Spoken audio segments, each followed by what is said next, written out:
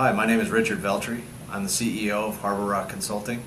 We've been servicing small and mid-sized companies for the last 20 years.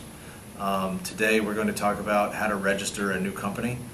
You want to start a new business, you have to actually form it and make it live so that it can run properly. And there's several ways to do this, depending on what kind of entity you are actually going to start. A lot of people have heard that you could be a sole proprietor, you could be a partnership, you could be an LLC, or you could be a corporation. And the first thing you have to do is decide which one. But in this video, we're just going to talk about how to go about registering it. I'm assuming that you have decided what kind of entity you've already done. First, if you're a sole proprietorship, most of the time a sole proprietor is registered on a local level. If it's just you going out and doing business under your own name, there really isn't much of a registration process that you need to follow. If you are using a fictitious name, meaning that you're naming your company something to show what service you're providing, then you would want to go ahead and register that business at your local level with the business name. That way you are recognized by your local area, and also you can use that name in the federal government to obtain an employer ID number and pay employees, etc. At the next level, if you are going to be an LLC, there are two types of LLCs, which would be single member or multi-member. And as simple as I can possibly say it, single member has one owner and a multi-member has more than one owner. You have to register an LLC, whether you're single member or multi-member. You should register it the same way, and it's done at the state level.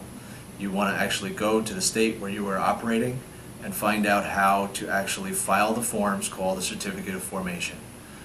That will tell the government what kind of business you're running.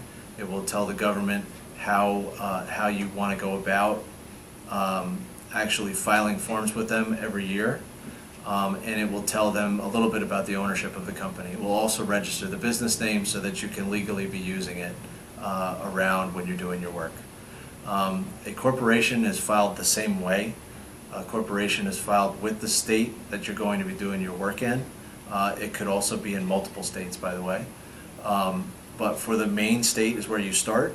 You start by filing a certificate of incorporation, the same way we just talked about the certificate of formation. You go to your state level, get the proper form, and you fill it out, giving them the same kind of information. What your ownership structure is, who's going to be the owners, where you're going to operate your business out of. You need this information filed with the government, again, so you can work with the government and file the proper forms for payroll, for sales tax, for other things that you have to do. The corporation could also have a secondary effect. You could also be filing it to become an S corporation, which is similar to a partnership, but that's a video that we'll talk about in another time.